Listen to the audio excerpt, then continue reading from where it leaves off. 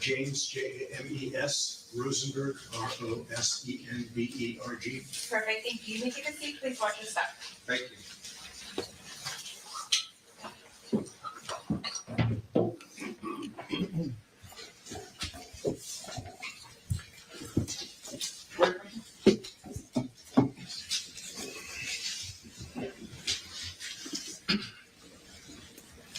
Please introduce yourself for the jury. My name's Dr. James Rosenberg. I'm a licensed medical doctor in California. I specialize in psychiatry. Can you please outline your professional education for us? Yes, I studied philosophy and molecular biology at UC Berkeley. I then did a year of surgery research at Cedars-Sinai Medical Center, including coronary laser angioplasty research. I attended medical school for 4 years at UCLA.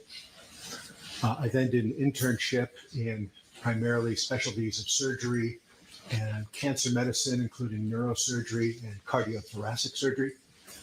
I then did a 3-year residency at the UCLA Neuropsychiatric Institute in psychiatry, and I did a fellowship in forensic psychiatry at the Case Western Reserve University in Cleveland with a Dr. Philip Resnick.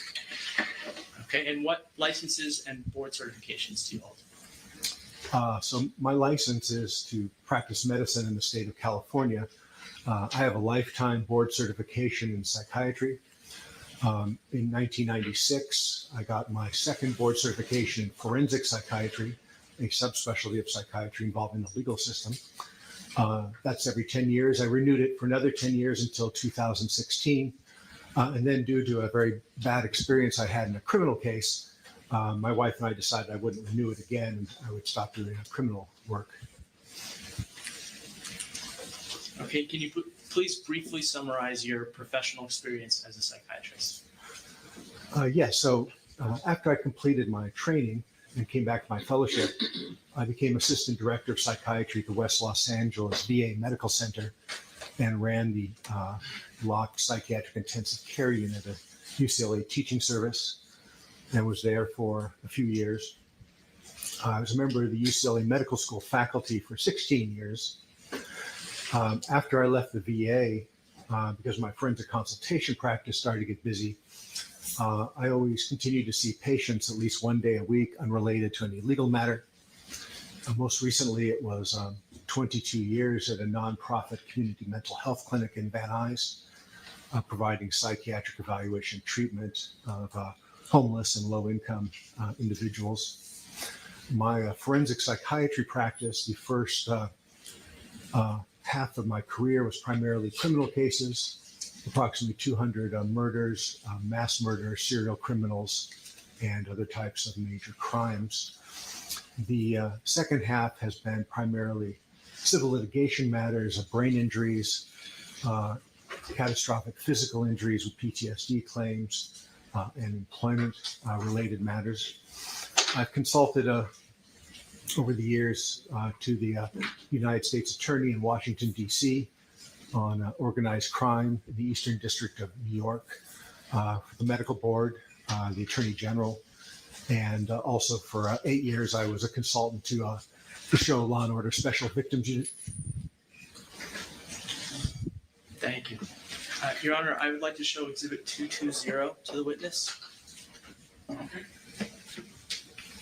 Dr. Rosenberg, it's Exhibit 220 in the blue binder.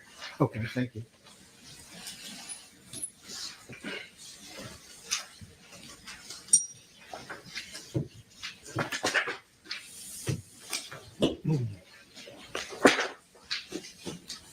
Okay, I'm at 220.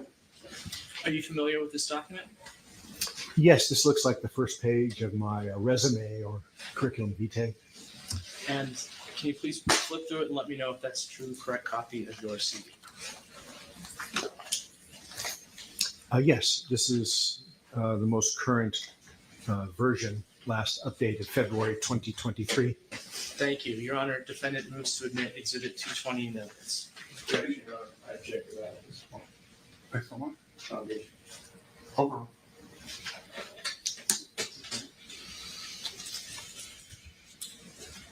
Have you been retained as an expert on behalf of the defendant Cardi B in this case? That's my understanding. And what is it that you were asked to do? I was asked to conduct a psychiatric evaluation of Ms. Ellis's emotional injury claims related to the incident on February 24th, 2018. Have you served as a retained expert in previous cases? Yes, both criminal and civil matters, probably over my career, maybe 1,500 times. Experts are paid for their time. What is your rate that you charge for the time that you spent working on this case?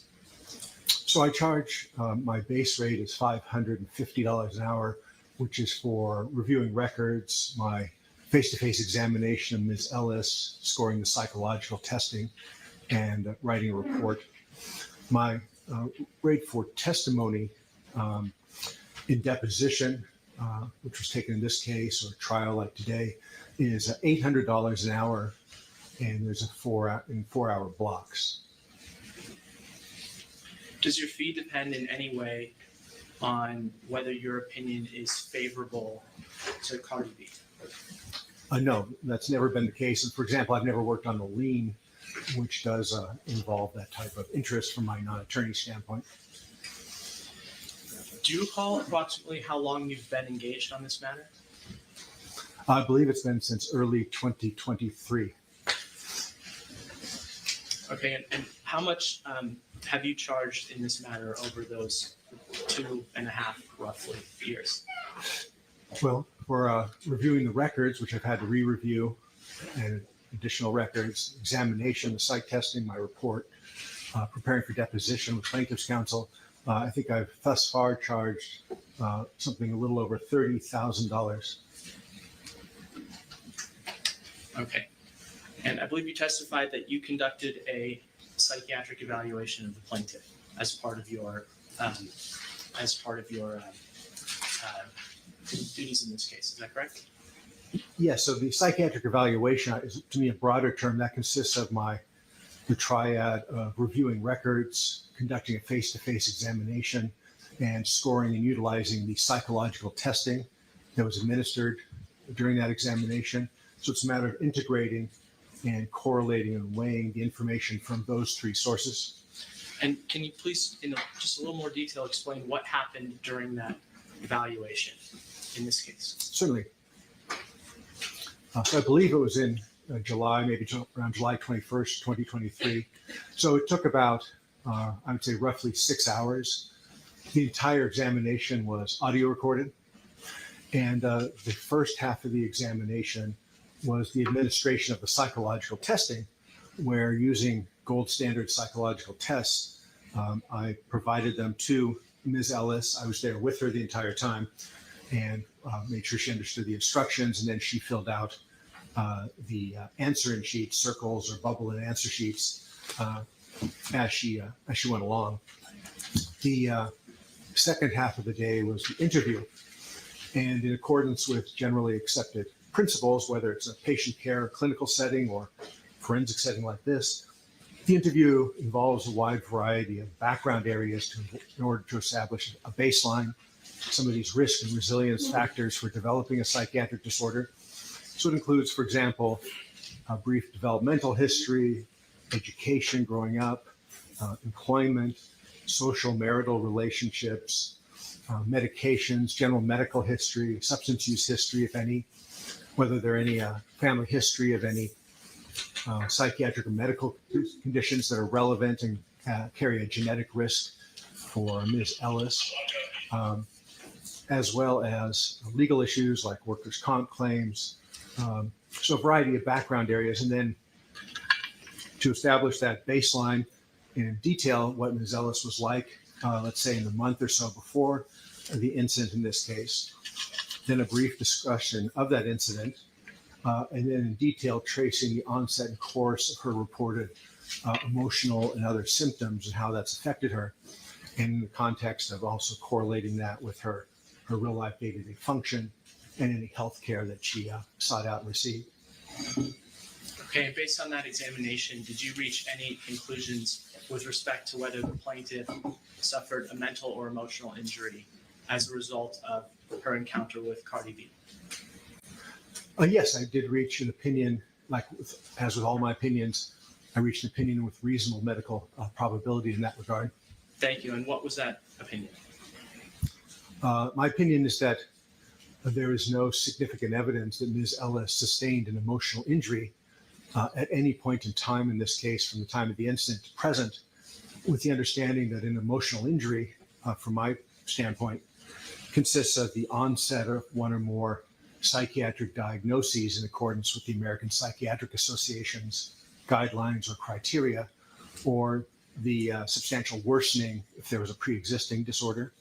And that, in my opinion, Ms. Ellis has never qualified for that in this case. Thank you. I believe you testified that one of the parts of your examination was psychological testing. Is that correct? Yes. Can you please briefly explain what those tests were? Yes. So, again, what's very important is first the choice of tests. I use gold standard tests that are well validated scientifically and recognized as appropriate tests for this context. So the purpose of the test is that first they have validity scales that look at how somebody's approaching taking the test and what information that says generally about how the individual may be approaching reporting an emotional injury claim, as well as on the test specifically. They then include a variety of clinical scales: anxiety, depression, PTSD, physical symptoms, substance use, cognitive symptoms, meaning things like memory, attention, concentration, personality, psychosis, a variety of factors like that. And can you please identify what tests are administered? Yes, so I administered the MMPI-3. It was either the MMPI-3 or the MMPI-2-RF. Those are the current ultimate gold standard tests. You have to pass that test. For example, to fly a passenger jet, to be in the Secret Service, you have to pass that, or the other test I gave, for example, to become a law enforcement officer in California. So I gave the MMPI-2-RF or the MMPI-3. I gave the only other gold standard test of that type, the Personality Assessment Inventory, or PAI. And then something that's very secondary is I gave a brief screening cognitive test, a simple 10-minute test used in primary care that looks at things like attention, memory, concentration. And can you please summarize for the jury what the process of taking the MMPI-2 or 3 test looks like? Sure. So, I first ask if the individual is familiar with it, and then that she can see the answer sheet in the booklet, have her read the formal instructions at the beginning of the test booklet and tell me that she understands them. And then it's a matter of answering about 335 questions where you bubble in on a separate answer sheet, true or false, for those questions. And then I take the results of that and I use the test publisher's official scoring software, which I have on a laptop computer, input those answers, and then generate a statistical report based upon her answers that provides a variety of scales and scores, and then narrative text, meaning it provides a text description of what individuals like these scores tend to look like, although it doesn't talk specifically about Ms. Ellis. And you would never want to make an opinion about somebody based on just a test. Again, it's a matter of correlating them with your overall evaluation, with the interview and the record review. Thank you. Your Honor, I'd like to show Trial Exhibit 229 to the witness.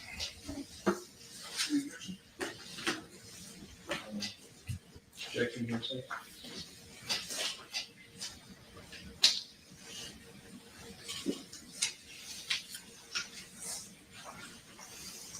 Is you don't want to publish it at the point? Not at this point. Oh, okay. I thought I had no objection to showing this published. Thank you. Can you please turn in the blue binder to Exhibit 229?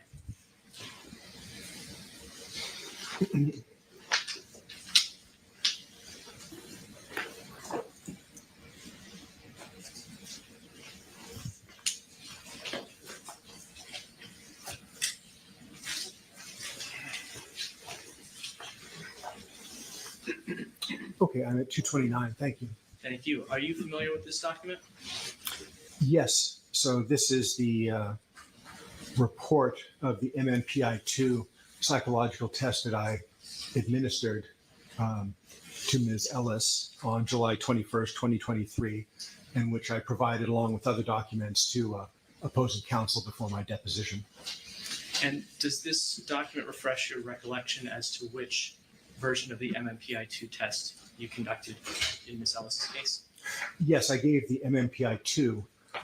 That and the MMPI-3 are the most recent and, again, the gold standard tests worldwide in this kind of a context. Thank you. And that report that you have in front of you, did you create that document yourself? Well, I created it in the sense that I inputted her answers into the test publisher software on my laptop. I then double checked the answer through a process that's provided by the software. And then I had the software generate this report, again, using statistical algorithm that is intrinsic to the software. I don't personally score any of the scales.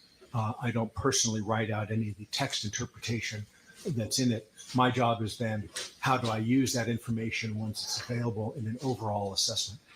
And is it fair to say that you used this report as an analytical tool in reaching your conclusions with respect to Ms. Ellis?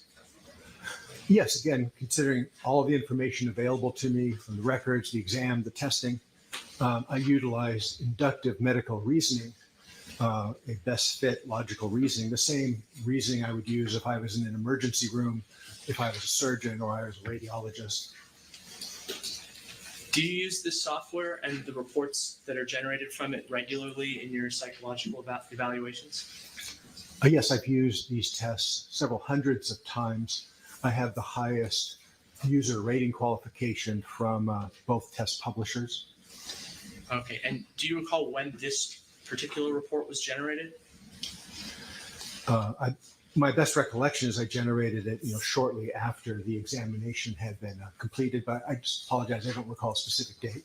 Okay, thank you.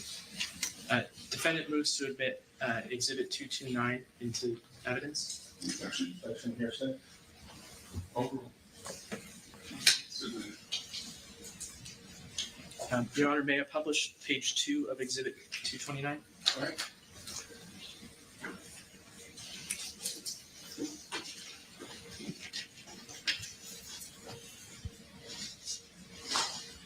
All right, and Dr. Rosenberg, you can see at the top there, I suppose you could look at the binder as well. If you turn your screen on, the top left button on the top left side, it should be on there. Thank you, Your Honor. That's much better. Thank you, Your Honor. Okay, yes, sir. I can see it now. I wasn't able to see that. Thank you. If you look at the top of the page, it says validity scales. Can you please explain what that means? Yes. So these are the most important scales of their type for this and the MMPI-3 of any test in the world, any psychological test. The validity scales look at how somebody is approaching the test. The first two scales, Brin and Trin, variable and true response indicator, look at whether somebody understood the test questions and responded to them in a consistent fashion. So those first have to be valid before you can go on to interpret the rest of the test. The remainder of the validity scales, the vast majority of them, look at their F scales because they look at infrequent responses. These scales become more and more elevated if an individual endorses or answers questions endorsing symptoms that are infrequent, meaning that even somebody who actually had that mental disorder would not actually endorse them. And these scales are scored against a large statistical population, cross-section population of the United States.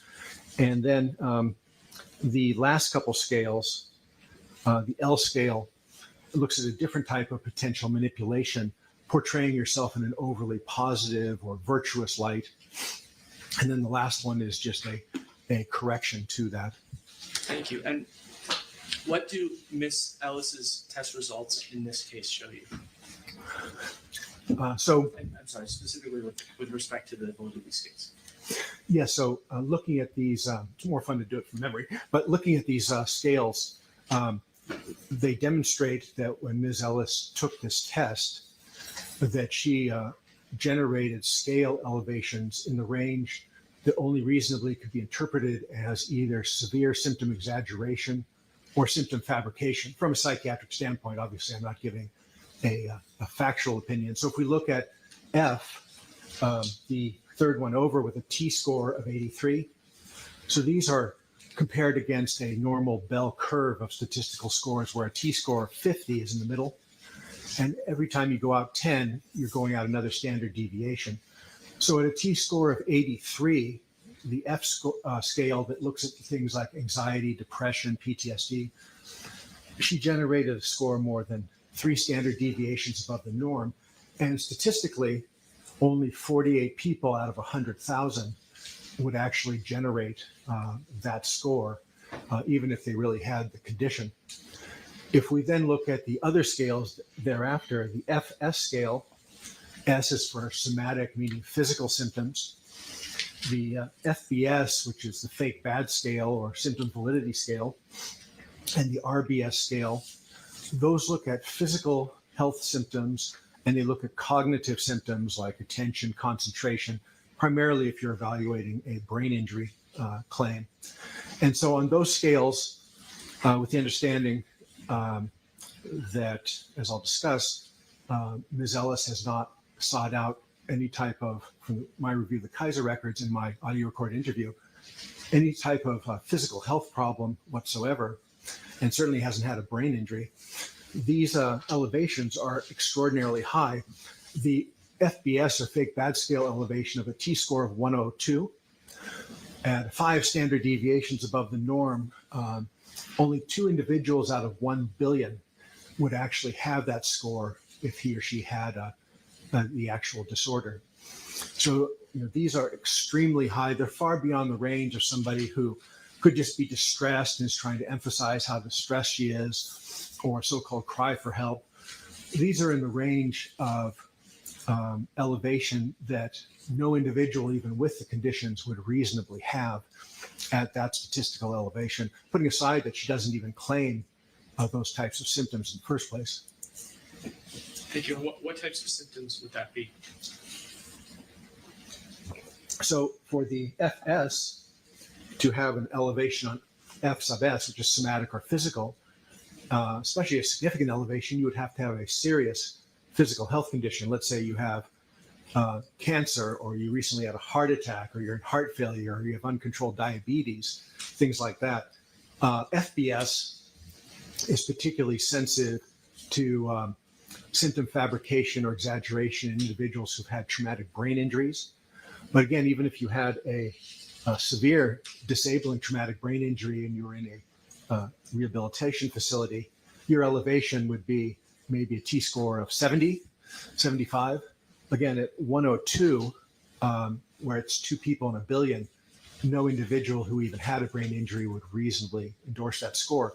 Where again, they get elevated the more and more you endorse symptoms that no person who actually has the condition would actually report those symptoms. And then RBS is cognitive.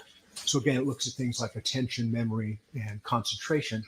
And again, hers is elevated in the range of 4 standard deviations. So, it would be well over 100 million to 1 that she would actually have those symptoms. Thank you. Can you please turn to page 10 of the report? Of this psych testing report? Yes.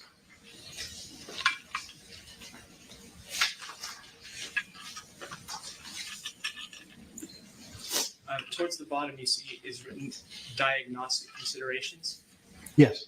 Can you please explain what that section is saying? Yes. So again, the report doesn't talk about Ms. Ellis specifically. It talks about, at a statistical level, individuals who have these scales and scores tend to look like this. And the diagnoses that are suggested are rank ordered in the priority of how likely they are. And so the first diagnosis listed is malingering of somatic and or cognitive symptoms, primarily generated by the elevation of the F sub S the fake bad scale and the RBS. And so, and malingering refers to the intentional gross exaggeration or otherwise fabrication or manipulation of symptoms for secondary gain in the field of psychiatry, and is actually in accordance with the American Psychiatric Association's published guidelines.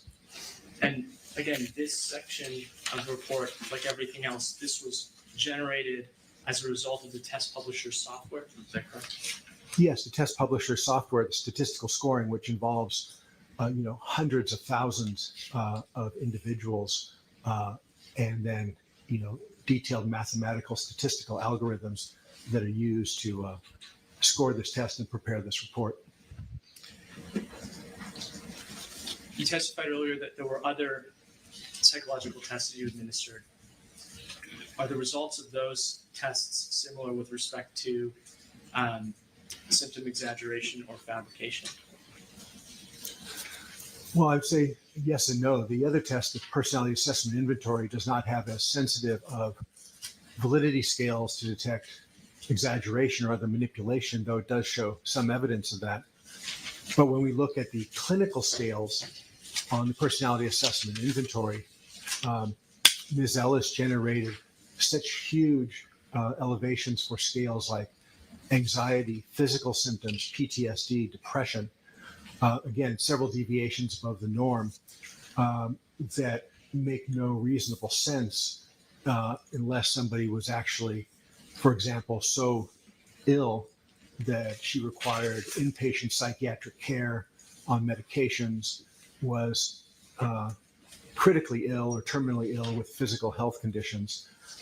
The other inconsistency is that on the MMPI-2RF, she scored, accepting her symptoms at face value, she scored very high on symptoms for paranoid thinking at the level of somebody with a paranoid psychotic disorder like schizophrenia. And that was not seen on the PAI. So that would be an inconsistency between them. But it also would be another example of symptom endorsement that makes no reasonable sense except for intentional gross fabrication or outright fabrication of symptoms in this case.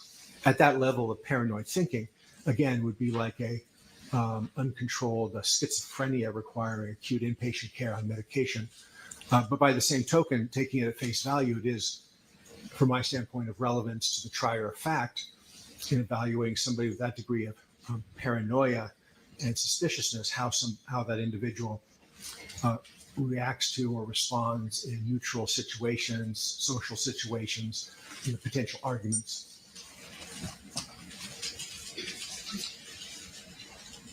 You mentioned a high paranoid thinking score. I believe that's correct. I'm sorry, so what did you say? Did you mention a high paranoid thinking score? Is that how you phrased it? Yes, on the three key scales of the MMPI-2 for paranoid thinking, again, typically seen in something like schizophrenia, she had significant elevations on those scales, all three, again, in the range, which the we see here in the text report, how the report interprets it, at the level of somebody who's a paranoid psychotic with delusions, not just somebody who feels, a little stressed or like somebody's looking over her shoulder. And as a professional and a psychiatrist, how would you interpret that score in this case? So again, I think there are only two reasonable ways to interpret it. One would be that it's another common manifestation in how somebody in an emotional injury case produces either gross exaggeration or outright fabrication of symptoms in an attempt to look injured. The alternative is that part of somebody's baseline where in day-to-day interactions, she interprets normal or neutral interactions as a personal attack. But the only other reasonable alternative, taking it at face value, would be she actually has a psychotic mental disorder like paranoid schizophrenia with things like hallucinations, believing that there's a plot to have her killed, satellites are watching her, her phone is bugged, things of that sort. And based on the other elements of your examination, did you make a conclusion as to which one of those would be true here? Well, I think reasonably from a psychiatric standpoint, given all the other information available to me, the reasonable interpretation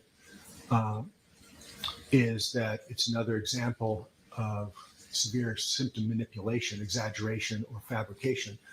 But again, it also has to be considered, again, from a factual standpoint for the trier of fact. Does it demonstrate paranoid thinking that can affect how somebody reacts in a situation or a disagreement? But to be clear, are you diagnosing Ms. Ellis with, for example, schizophrenia? No, that makes absolutely no sense whatsoever. Why not? Well, because in schizophrenia, and obviously there's a spectrum, there are individuals who are very well controlled on medication. I know I've had schizophrenic patients, who are like run corporations and do very well, but the vast majority tend to have very severe and chronic courses, often homeless in mental institutions. And so, but with these levels of scores, if you had schizophrenia, you would function at a very low level. You wouldn't be able to maintain reasonable family relationships. You wouldn't be able to hold a job. You wouldn't be able to function in major life activities. And again, you would require psychiatric hospitalization and antipsychotic medication. Did you diagnose Ms. Ellis with any psychiatric conditions? No, again, since I equate for a case like this, emotional injury with have you developed one or more psychiatric disorders as a result of your allegations of the incident with Cardi B. I have no diagnoses for her because she has sustained no emotional injury. Okay, and apart from the test results, are there any other factors on which you base your conclusion that plaintiff hasn't suffered any mental or emotional injury? Yes. What are those? So the first factor is that, again, I accept Ms. Ellis's report or allegations of what happened that day in that incident, reasonably from a psychiatric standpoint, that would be a stressful or upsetting situation. You might be mad or angry for a day. You might lose some sleep over it. It might be in the back of your mind for a few days. But reasonably, people don't develop psychiatric disorders like an anxiety disorder, depression, from an argument or an unpleasant interaction like that on a single basis. That just makes no reasonable sense. And as we'll discuss, makes even less sense in Ms. Ellis's case because it turns out, although she didn't share them with me when I asked, she's had multiple other traumas in her life. And according to her, those didn't cause emotional problems. So she obviously must have great resilience, and it would make no sense that this much more minor thing somehow would, and most people wouldn't. The other reason is that, well, I have a few reasons, but I promise I'll stop talking soon. Another reason it's important to understand that this doesn't constitute a trauma. Again, accepting Ms. Ellis's report of what happened at face value, it doesn't constitute a trauma. It would be a stressor to some degree on an interpersonal basis, but under the American Psychiatric Association standards for what constitutes a trauma, for example, to be able to develop PTSD, this does not meet that. It has to be something like life-threatening accident, illness, witness to violence. So, for example, physical or sexual abuse growing up, kidnapping, sexual assault, military combat. These things are traumas, and they can lead to PTSD. An argument or unpleasant interpersonal interaction isn't a trauma and can't lead to PTSD. And that's particularly important for us since some of Ms. Ellis's most dramatic scores on the psych testing have been profound elevations of PTSD scales, again, in a range where no individual who actually had PTSD would reasonably generate those scores. Are there any other factors?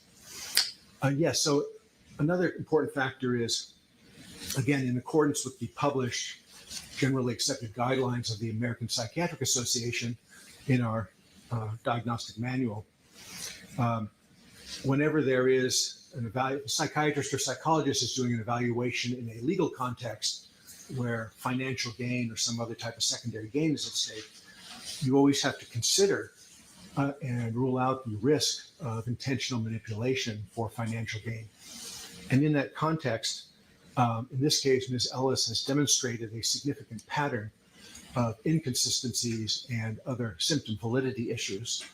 For example, in my audio recorded examination, again, there's an audio recorded record, she told me, with the exception of a couple sessions of family therapy when she was 12 because her sister had been sexually assaulted by a neighbor, she could not recall a single trauma in her entire life growing up, couldn't remember a single one in response to my detailed questioning. Whereas, for example, in her deposition, she reported that she was a victim growing up of domestic violence in the home, gang violence, other violence.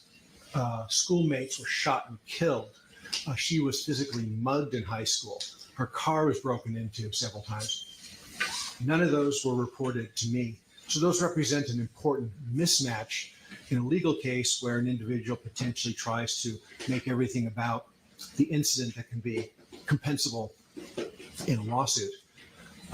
Another example along the same lines is in my audio recorded exam, she told me that all of her emotional problems from the day of the incident, in this case, February 2018 to present, have been entirely due to what happened with Cardi B and absolutely nothing else. And she couldn't identify any other stressors in recent years that could be relevant. Whereas again, in her deposition testimony, the same year, January 2018, her mother was diagnosed with thyroid cancer. Later in the year, her mother had radiation therapy for cancer. Objection right to privacy of the mother. If you want to describe the issues more generically. My apologies, Your Honor. Sure. And the same year, one of her friends committed suicide. And then, again, none of those things were shared with me. So that would be another example. I do have a couple more. Setting aside that mismatch that you're discussing, are there any other general topics, general factors on which you base your conclusion? Yes. So another factor that I have to consider as a psychiatrist and medical doctor is there a mismatch across sources of information, considering the records I've reviewed. So are y'all catching this with this doctor? So just so y'all know that this is somebody that Cardi B hired to evaluate and look into, from a medical standpoint, these claims that Imani is claiming, you know, this PTSD and all this, you know, whatever. What he's saying in this is that, hey, she reported that, you know, she had somebody that had unalived themselves.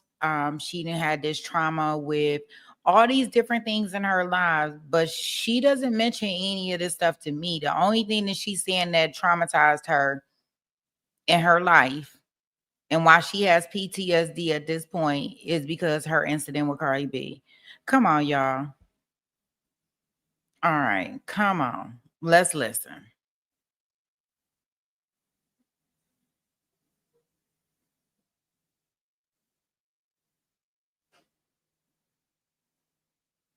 Okay, your point is there, American King Forever. All right. Like testing I did, the interview. So another factor, which is very important, is to correlate somebody's subjective, meaning what she reports, emotional injury claims of injury, with real life day-to-day function as a more objective measure. So in this case, if I accepted Ms. Ellis's reports at face value, particularly with the psych testing, she would have profound off the charts PTSD, profound disabling depression, anxiety, profound disabling physical health conditions. Whereas when I compare that to her real life function, she's had intact relationships with her, loving relationships with her family, which would not be reasonable in context, particularly of profound PTSD. That she's, in a few months after the altercation and continuing to the present, she's had a job that not only has been higher paying for her, but has been more demanding, requires top, excellent interpersonal skills, how to deal with people, troubled youths, and emotional resilience, and has, per her deposition, performed it well, again, total mismatch. She also reported to me that since the incident, she's traveled to Hawaii, Las Vegas, Mexico, though she couldn't remember supposedly that if she had gone to other places or how many times. And again, even if you look in the psych testing report that was generated, particularly severe PTSD, you don't want to leave your house. You don't want to interact with people. You withdraw from your family. The future looks bleak to you. You don't have a job. These things are completely contrary. Thank you. No further questions. All right, Cross. Yes, thank you, Your Honor. Thank you, Your Honor. Good afternoon, Dr. Rosenberg. Good afternoon, sir. I took your deposition on August 5th and went over all of your opinions, correct? We went over all my opinions, but it's very clear that you didn't ask me for all the factors in support of my opinions. But I did take your deposition and took about 2 hours, a little bit less, correct? Yes, sir. You were extremely polite and professional, which I appreciate. Thank you, Doctor. So you testified today that you billed $30,000 in this case. Is that often the charges that you bill for the type of case that's litigated and without the time for trial, of course, up until trial? Is that a reasonable amount of billing in a case like this? I would say in a complex case that spans over years, that's probably true of maybe 25% of my litigation matters that I work on. Okay, and in addition to the $30,000 that you received, you were also paid $1,800 by my office, correct? Yes, sir, for my deposition fees. And for today, you're being paid another $10,000 to prepare and appear here and testify and go back and forth. Is that fair? I think that's reasonable. Yes, sir. Could it be higher than that amount?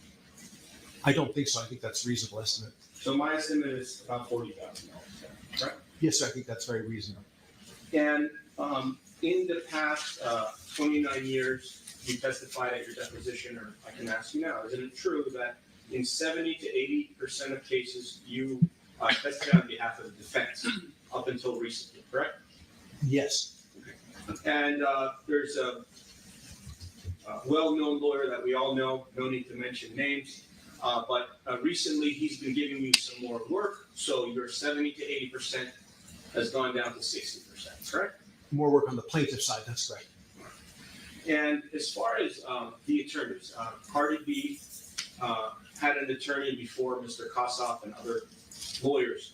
In working with their firm, you worked in 5 other cases with them? That sounds about right, sir. Yes. And with their new law firm, Davis, Wright, and Tremaine, with Mr. Peterson, Mr. Lamb, and all the other attorneys involved with them, you worked in 15 cases with their office, correct? Objection. Same facts. Yes, over the past 20 years or so, that's correct, though I've never worked with these particular attorneys before.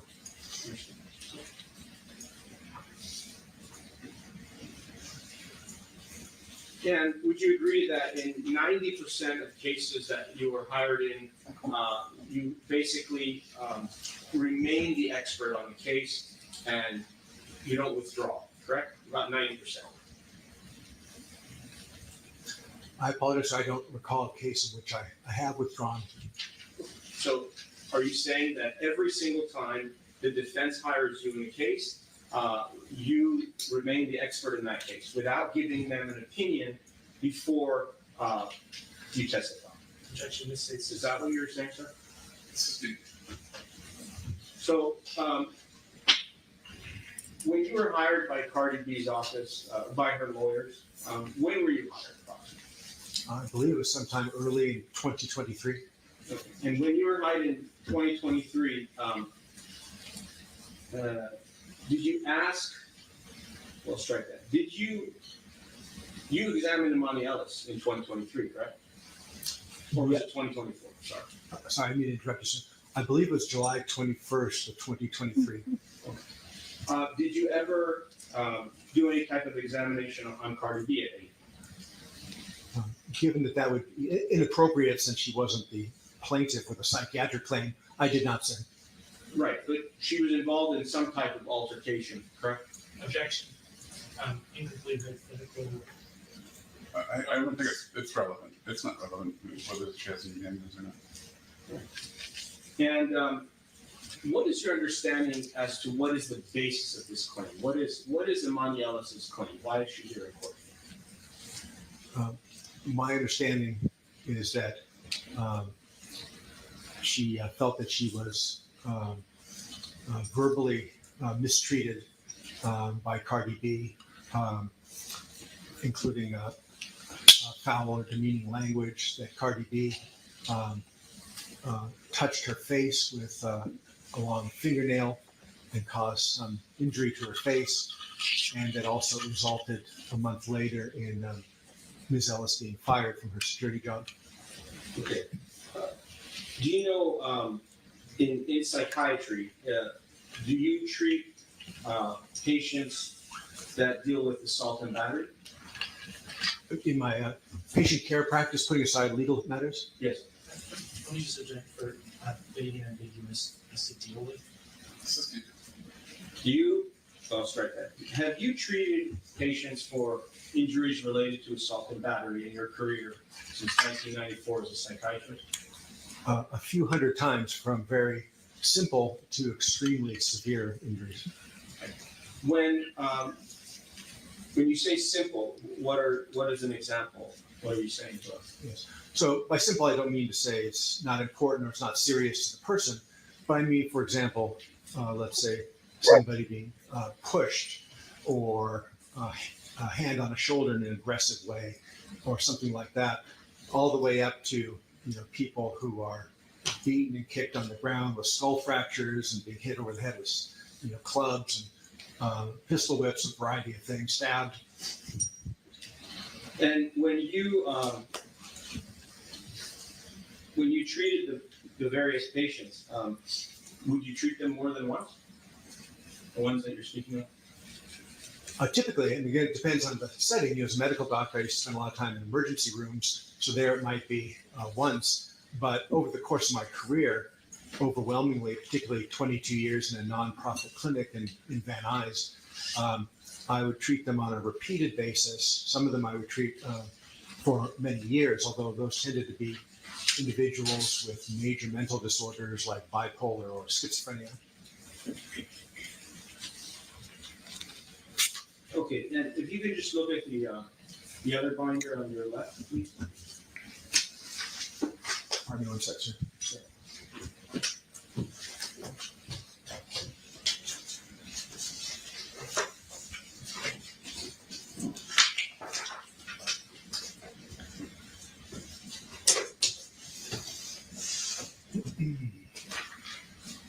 Yes, sir. Where should I look? Yes, if we can look at exhibit 1-003.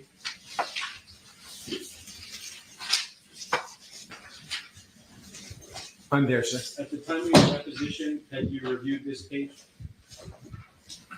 Objection. Beyond the scope of direct. As best I recall, sir, I had not reviewed this particular page. Do you remember in your deposition, I asked you if you'd reviewed all of Miss Imani Ellis's medical bill? You remember that? I apologize. I vaguely remember that, and I don't remember what my answer was. Is he designated for medical bill? No. Then I don't know why we're going down this path. Okay. Thank you. If we can go to exhibit number 2. I'm at exhibit number 2, sir.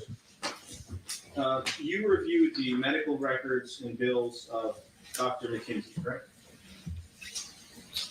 Yes, I haven't done so recently, but I did earlier in this case. And we went over this together at the time of your deposition, and you expressed that for purposes of workers' compensation, the treatment was reasonable, but maybe for this case it's not. Do you remember testifying to that, Doctor? Objection beyond the scope of direct and also beyond the scope of this exercise. Do you have his resolution? It's in the file. Wasn't it nice? Yeah.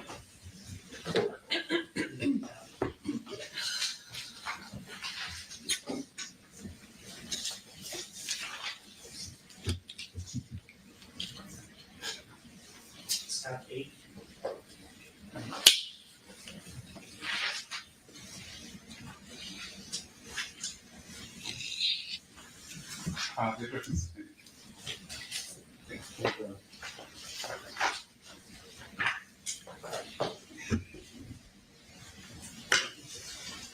As far as any type of physical injury, isn't it true that you are not giving any type of expert opinion about physical injury, correct?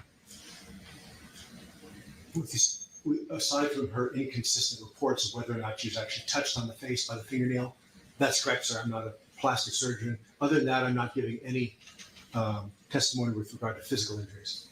And when she came to your office, did you examine her face to see if she had a scar? As I do So with, yes or no? I'm sorry. well, I observed her across the table for several hours. I didn't specifically examine her face. Did you- Did you have an intention to look for the scar on her face? Yes or no? Yes, Did you physically go up to her face and look to see if there was a scar? no, sir. Okay. Are you giving any opinions about Miss Amani's physical scar on her face, whether she has one now, she had one from this incident, anything to do with her plastic surgery? Giving any of the opinions about that? Objection, incomplete hypothetical, also beyond the scope.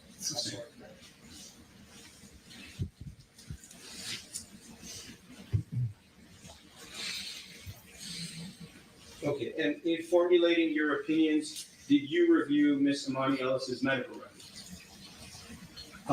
Yes, sir. And those were extremely important to me, actually. Okay. And you reviewed the medical records from Nicole McKenzie, is that correct? Is that her? Do you remember that? I haven't recently, but I have in the past. Yes, sir. You can look at it. Did you review Exhibit 2?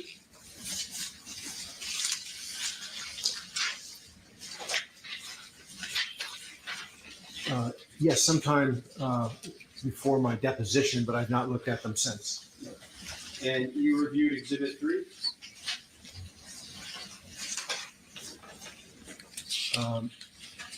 Yes, sometime before my deposition, but not since. Okay, and you reviewed Exhibit 4? And Exhibit 5? Let me take a look here. Pardon me one second. Objection, compound.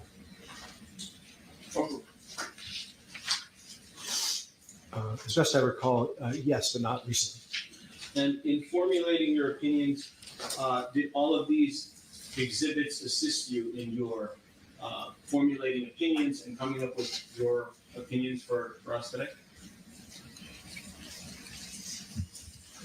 The Kaiser records were extremely important because she had several visits and didn't report a single emotional problem, didn't ask for any care related to the case. Objection, non-responsive. So it's a yes or no question. Did you rely on the records in forming your opinions? Only the Kaiser records. I didn't ask you about the Kaiser.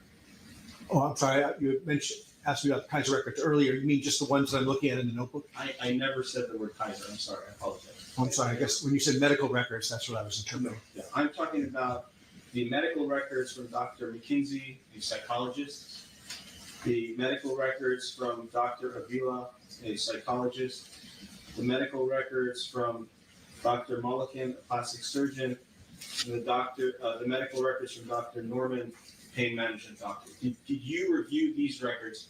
You testified a moment ago, yes. And the question is, did you use these 4 medical records in formulating any of your opinions that you testified to today here in court?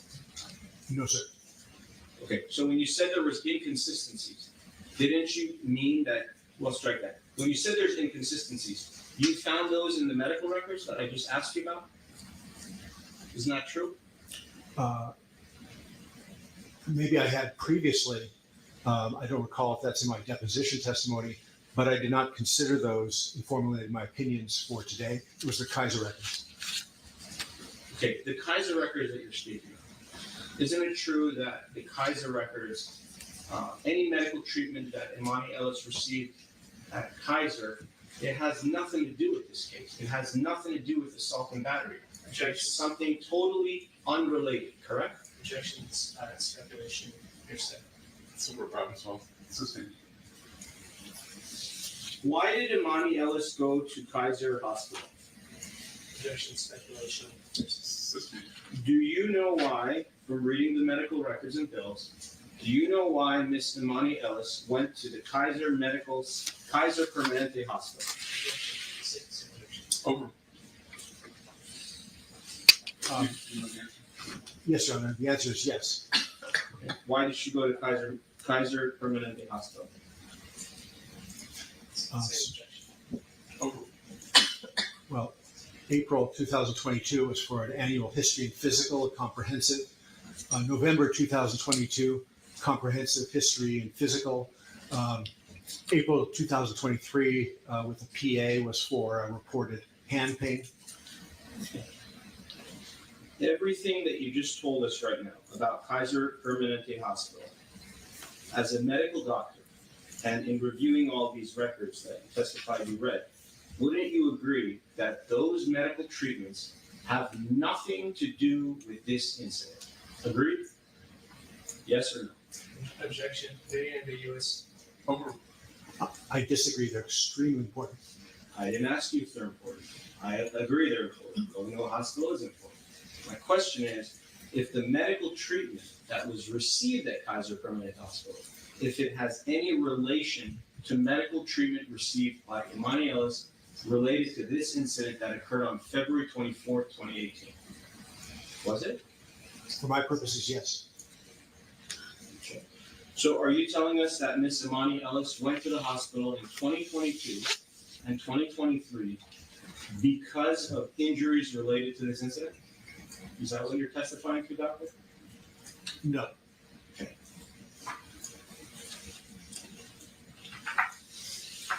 I understand what you're saying. What you are telling us is you used some of the medical records from Kaiser Permanente Hospital to formulate some of your opinions in this case. Is that true? Maybe Yes, I'm sir. wrong. Okay, that's true. Yes, thank you. And you use that for your different type of studies, your MMPI studies, and all types of different testing that you did, correct? Objection, very ambiguous. Over 5. Sustained.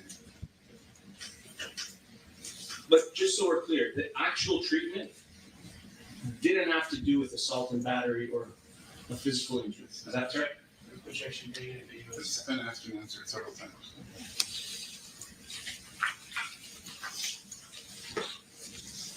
All right, and then I want some clarity on the other 4 documents. The psychological. Well, let me ask you this: as a psychiatrist, do you believe that psychological care with no medication is a respected medicine? As a general principle, yes. Have you referred your own patients to receive psychological care? Oh, innumerable times, yes. And whether it's a PsyD or PhD or some other type of psychologist that's licensed, you agree that patients can receive medical care from those types of professionals and actually benefit from that type of care. Do you agree? Well, it's not medical care, but I do agree that they can receive very helpful, effective mental health care. So are you saying mental health care is not medical care? Objection, this case is Over. In general, unless it's a psychiatrist, mental health care is much broader and refers to non-medical healthcare providers, psychologists, LMFT, social workers. Do you believe that patients benefit from mental health treatment with no medication? Over. For the appropriate indication, yes, sir. And how does it help if they go to a psychologist and they talk about their problems? From your perspective, you're a psychiatrist. You are the man who would know. So when a patient goes to a psychologist and they talk about their problems, they explain their problems, why does that help the patient? Why? Objection, very ambiguous. I don't know that it's relevant. So if you can establish some foundation as to why we're talking about other patients. Did Imani Ellis receive psychological treatment in this case, based on your review of the medical records and medical bills, from 2 different psychologists? True? Yes. And from your review of the medical records, she went to 7 treatments with Nicole McKenzie and other doctors from her office. Is that true? Projection beyond this expert's destination. Overruled. That sounds about right, sir, yes.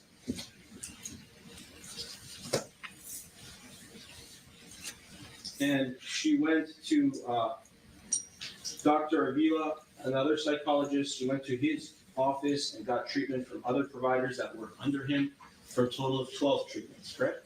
Objection beyond the scope of this expert's. Overruled. That sounds about right, yes, sir.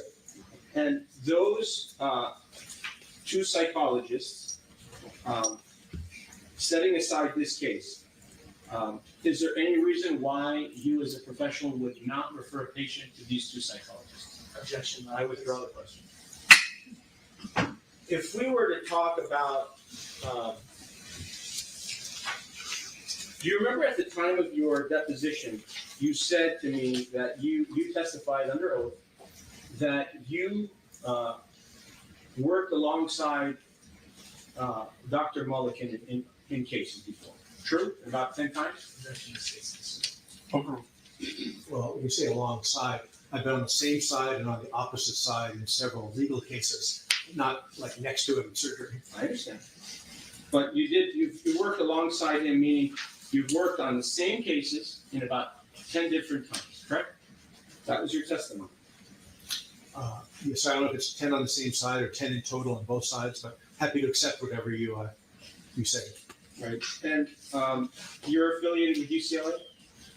Not anymore. I was a professor for 16 years, but not anymore. Okay. And Dr. Mulliken is also affiliated with UCLA? Is that how you know him? I don't know if he's currently affiliated with UCLA or not, sir. He certainly has excellent qualifications. Right. You said that at your deposition. Your words were, he has very impressive credentials, correct? Yes.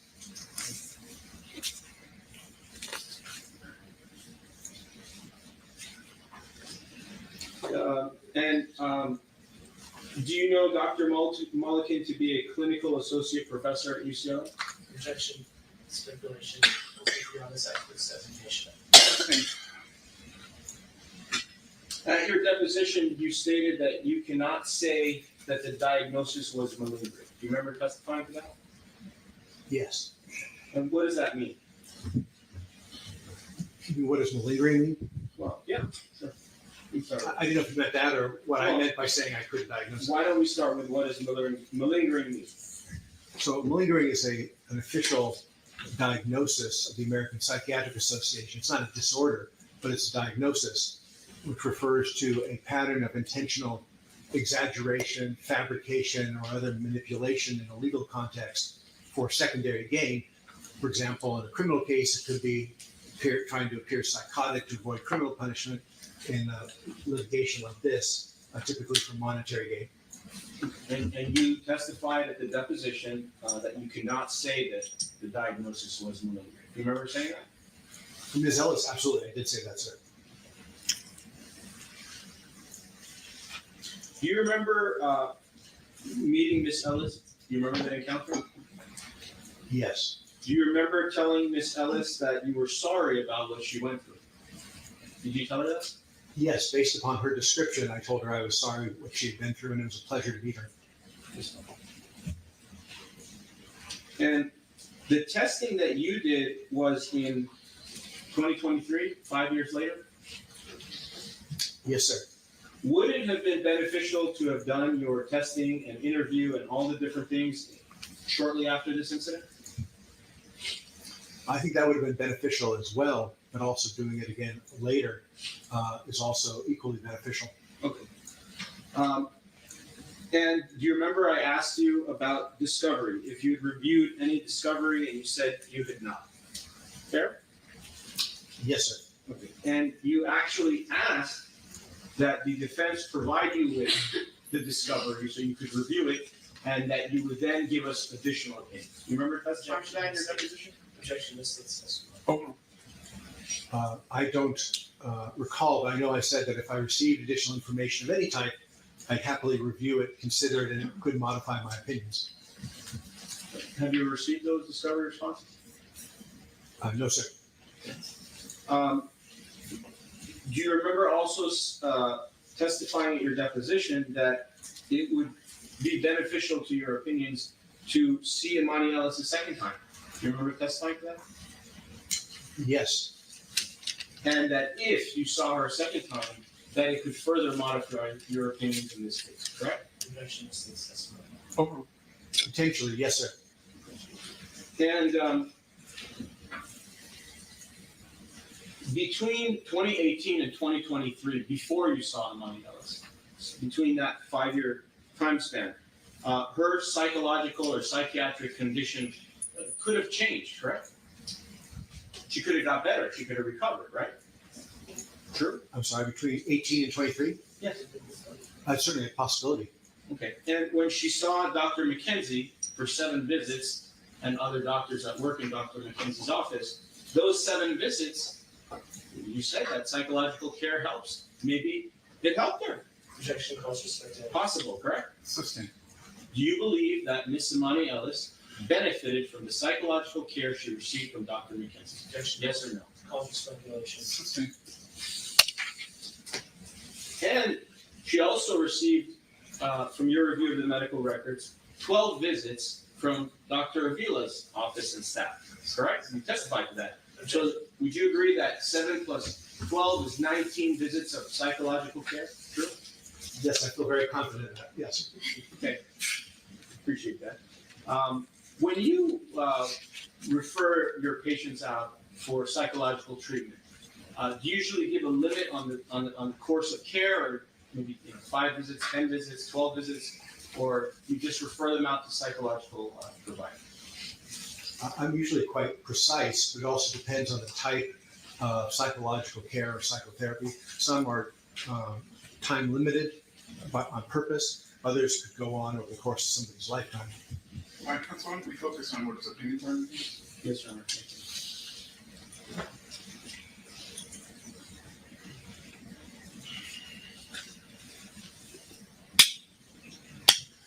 Okay. Also,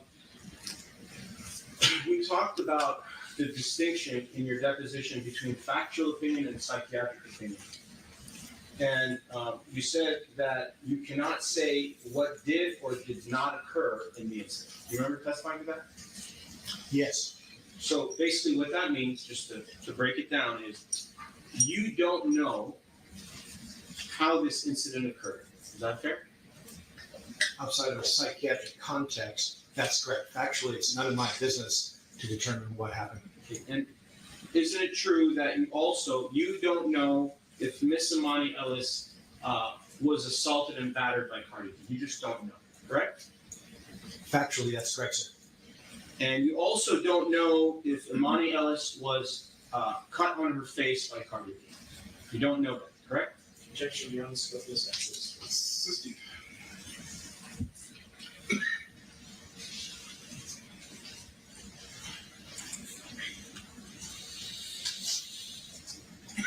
Have you ever spoken with Cardi B at all during the course of this case?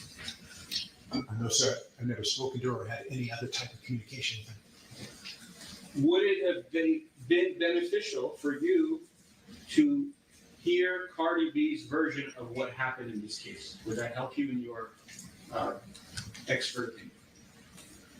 I'd certainly be happy to weigh that and give it consideration, but my focus was on emotional injuries of the plaintiff, Ms. Ellis, not on an evaluation of Cardi B.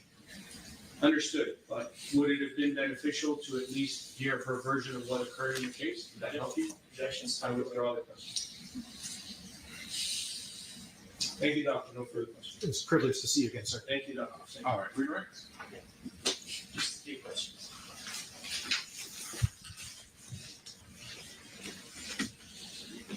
You testified earlier as to your understanding of the facts of this case.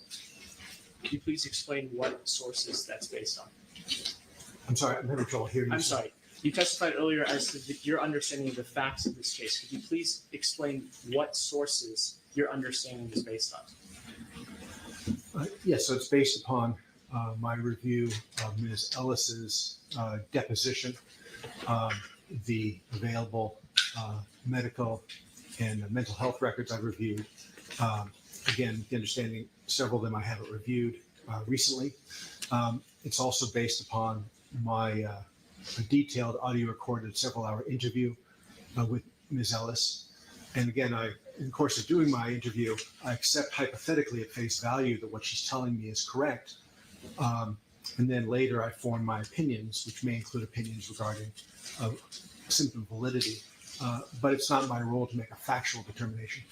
And all of those sources that you've reviewed, the facts come from Ms. Ellis or statements that Ms. Ellis made. Is that correct? Yes. And does that make sense to you that you would rely on Ms. Ellis's own statements in forming a diagnosis or lack of diagnosis as to Ms. Ellis? Objection outside the scope. Over. Well, if it was a patient care setting, you typically rely only on what the patient tells you and accept at face value that the person's there for help. In a legal context, it's not appropriate for me to accept what somebody says at face value without corroborating it against psychological testing and available records.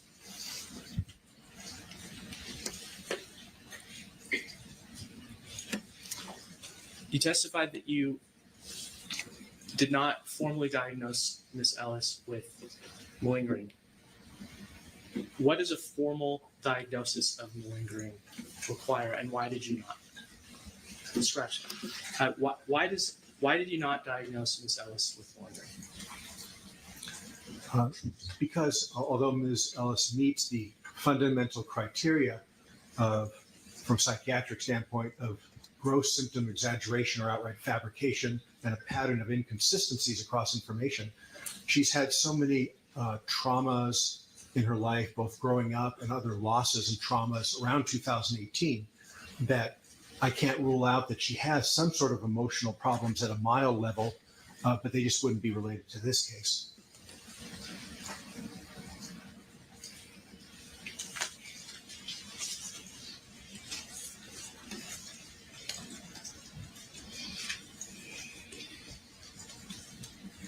You evaluated Ms. Ellis 5 years after the incident, according to Ms. Ellis. Is Yes. that correct?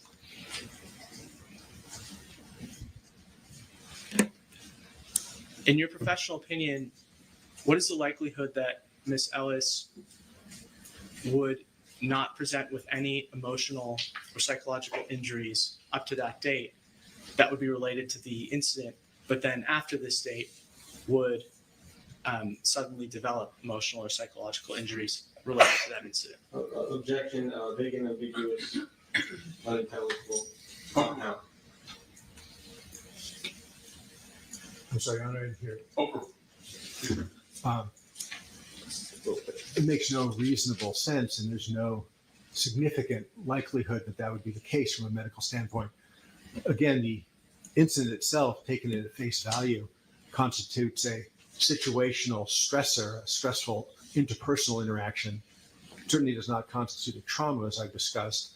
And for somebody to not have a psychiatric disorder and emotional injury for 5 years thereafter, but have significant evidence of symptom manipulation, and also to have the resilience to, by her own accord, report not have psychiatric problems from all the real trauma she has had in her life at other times. It makes no sense that she would suddenly develop it at this point.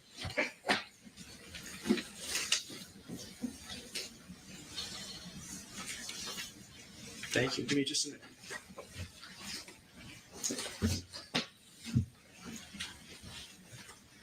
Nothing further. Thank you. All right, thank you. Refund? yes, sir. Thank you.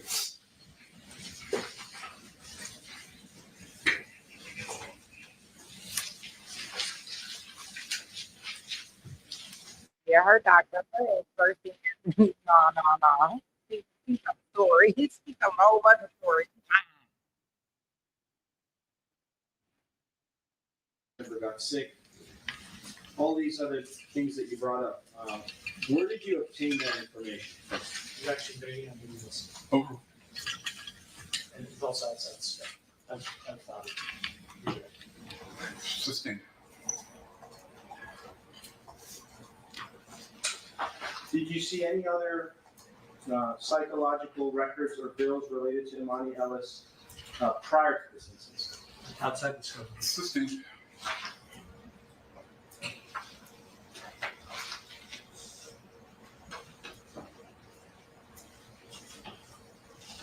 You generated a report, correct, on November 22nd of 24? Objection outside the scope. Assisting. So basically one line of questioning relating to whether or not your client had a later onset of symptoms. I think you're limited to that. Yes, sir.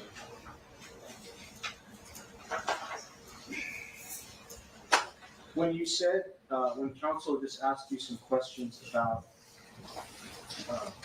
inconsistencies and malingering, you said there were inconsistencies. Where were there these inconsistencies? Was it the time when you interviewed her one time, or was it in the medical record? Objection outside the scope. Over. As I had tried to explain, it was a combination of my review of the records, the psychological testing, and my interview, comparing those as well as intrinsic validity issues within some of those sources. Which medical record shows an inconsistency? Which one? The extremely important Kaiser medical records. What does the Kaiser medical record say that's inconsistent? That in, again, April 2022, she went for complete history and physical. She specifically denied any kind of mental health issues, specifically denied anxiety, sleep problems, had no reported mental health problems, no request for care. Same thing in November 2022 with Dr. Ahmad. And then in April 2023, when she went in for her hand pain with the nurse practitioner, they also did a review of systems and asked her about symptoms across the board, which is typical for Kaiser. Absolutely no emotional problems whatsoever, no request for mental health assistance. Okay. So are you telling us that when Imani Ellis went to Kaiser Permanente on the date of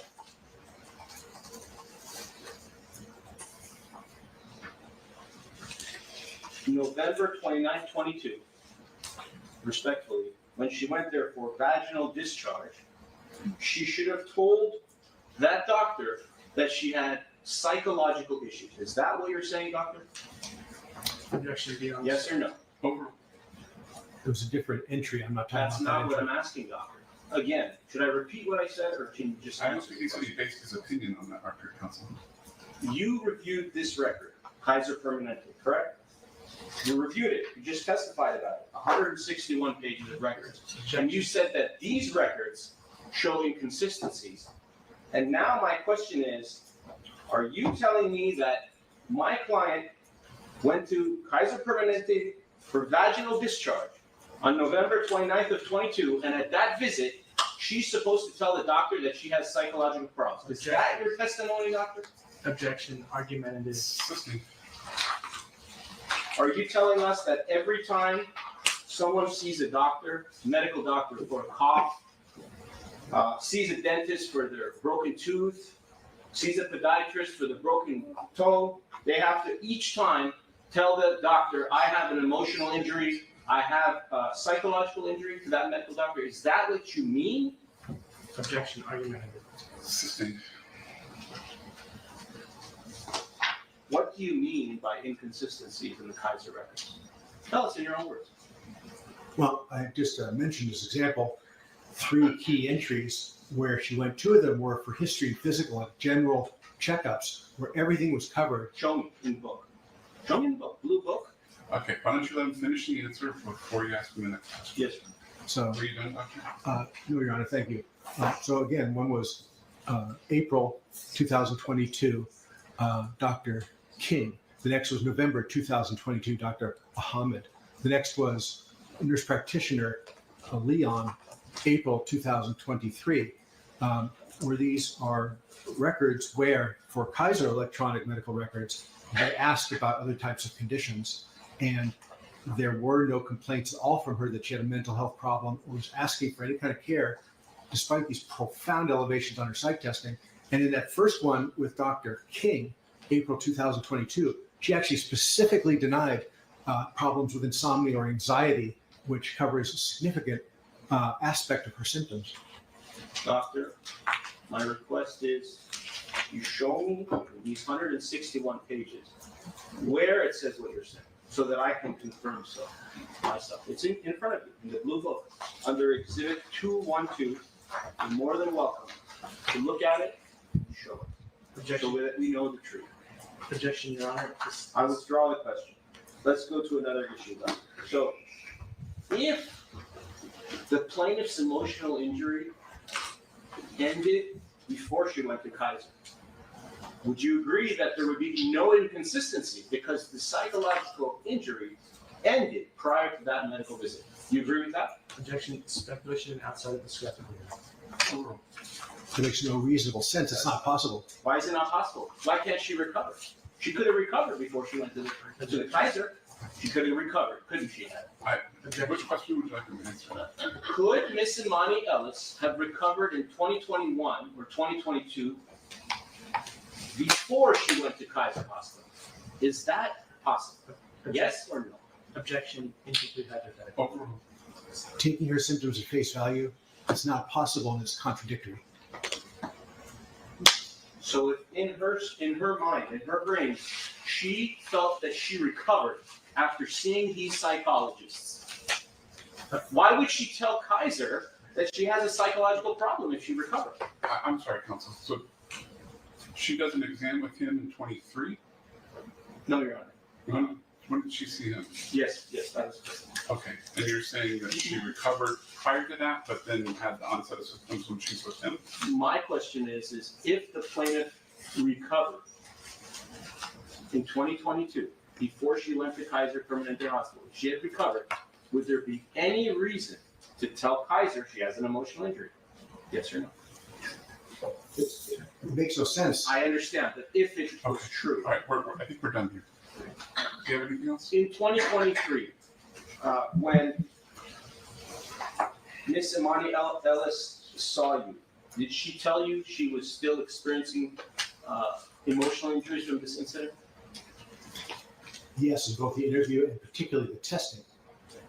And when she told you she was suffering from emotional injuries, did she believe that you're a psychiatrist? Did she know that? Objection, speculation. Sustained. Did you disclose to Imani Okay, Ellis? we're beyond the scope here.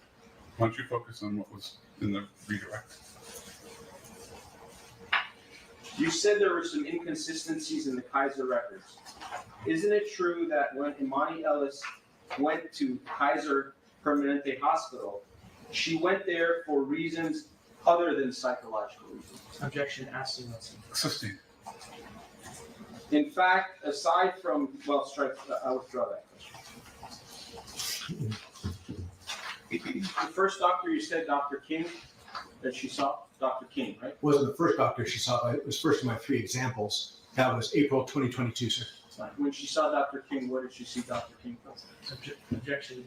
I think we've fully exhausted the scope of the sign-up questioning. Do you have anything else? Aside from the inconsistencies that you reviewed, let me ask you, the inconsistencies that you're telling us about in the record, in the Kaiser records, these are non-psychological records, correct? Is that fair? I'll close with this. Objection. If you say yes to that, we're done. Objection. I just want the truth. Overruled.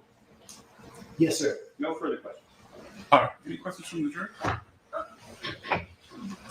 I don't see a hand. All right, can this witness be excused? Yes, sir. All right, thank you. All right, folks, that's going to bring us to our afternoon break. Why don't we get back together at 3:25? In the meantime, please do not discuss the case with anyone, including other jurors. Don't form any opinions. If you do any research, we'll see you at 3:25.